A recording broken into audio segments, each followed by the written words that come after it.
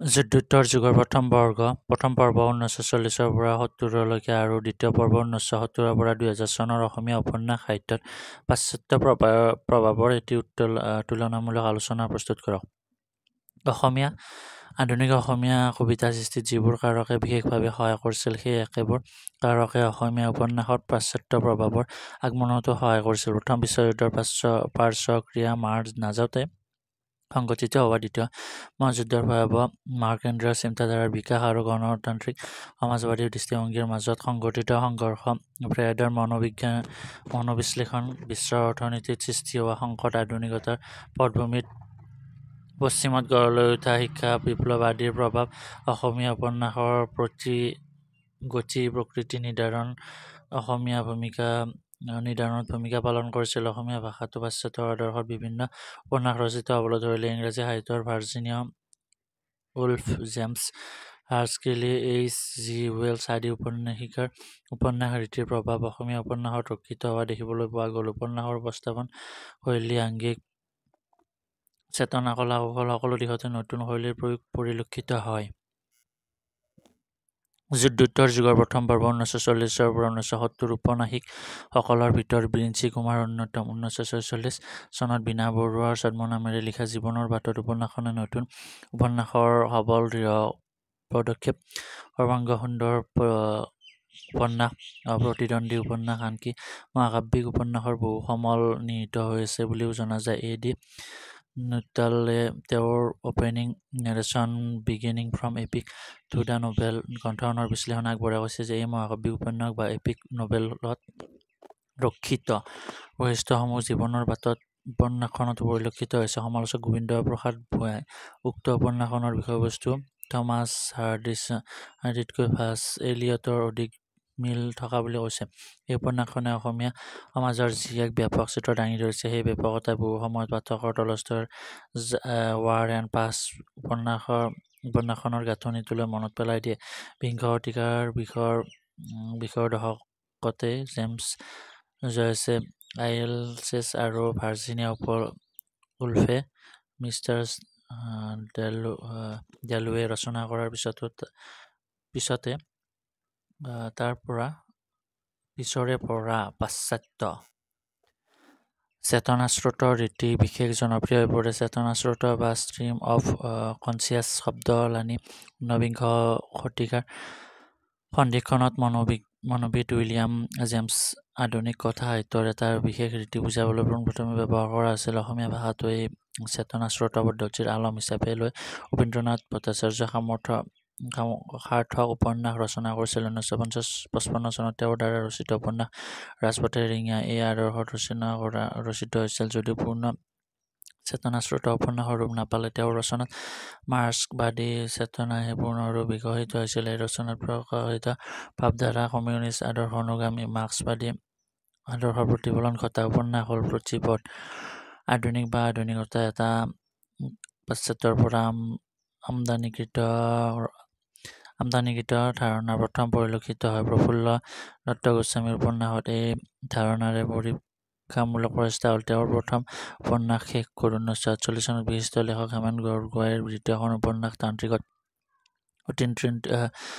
অতীন্দ্ৰিয়বাদ আৰু অস্তিত্ববাদ প্ৰতিফলন দেখা পোৱা যায়। তেওঁৰ উপন্যাসসমূহত নাৰীবাদ অথবা ফেমিনিজিম শব্দৰ বহিঃপ্ৰকাশ হোৱা দেখিবলৈ পোৱা যায়। মূল্য বা গুৰুত্বৰ পিনৰ পৰা পুৰুষ আৰু নাৰীৰ মাজত কোনো প্ৰভেদ নাই, এই মৌলিক ধাৰণা সম্বলিত নাৰীবাদী দৃষ্টিভংগীটোৱে পৰৱৰ্তী সময়ত সাহিত্যিকৰ মাজতো ঠাই পাবলৈ ধৰিলে। পাশ্চাত্যৰ ভাৱধাৰাক খড়গোট কৰি নাৰীবাদী ভাৱধাৰাক বিকশাই তোলা উপন্যাসৰ ভিতৰত বিৰিঞ্চি কুমাৰ বৰুৱা,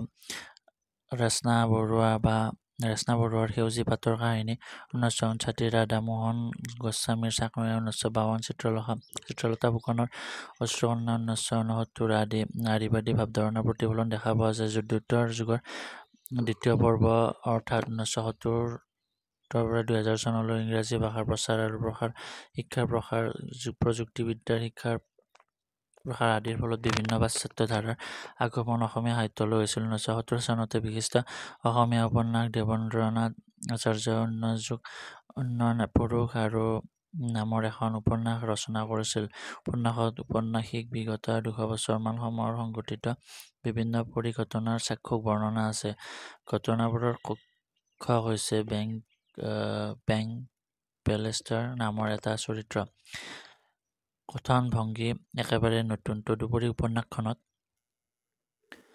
অধিবাস্তৱবাদৰ প্ৰভাৱ মন কৰিবলগীয়া ইংৰাজৰ আগমন, স্বাধীনতা সংগ্ৰাম, মণিৰাম দেৱানৰ ফাঁচী, দ্বিতীয় মহাযুদ্ধ আদি ঐতিহাসিক ঘটনাৰ বাহিৰেও থকা সমাজৰ বিভিন্ন শ্ৰেণীৰ মানুহৰ বৰ্ণনা প্ৰদান কৰিছে। অধিবাস্তৱবাদী ভাৱধাৰাৰ প্ৰভাৱ পৰা আন এক উপন্যাস হ'ল মামণি ৰয়ছম গোস্বামীৰ নীলকণ্ঠী।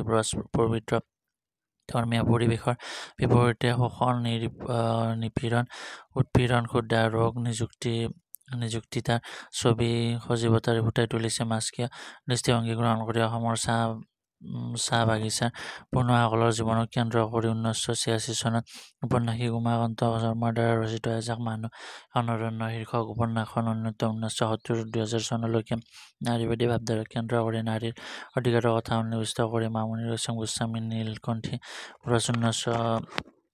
1986 দঁতাল সাহিত্যিক ৱে হোৱাট হাউড 1988 নিৰুপমা গোস্বামী তিনি কন্যা 1978 ইপাৰৰ ঘৰৰ সিপাৰৰ ঘৰ 1971 আদি উল্লেখযোগ্য।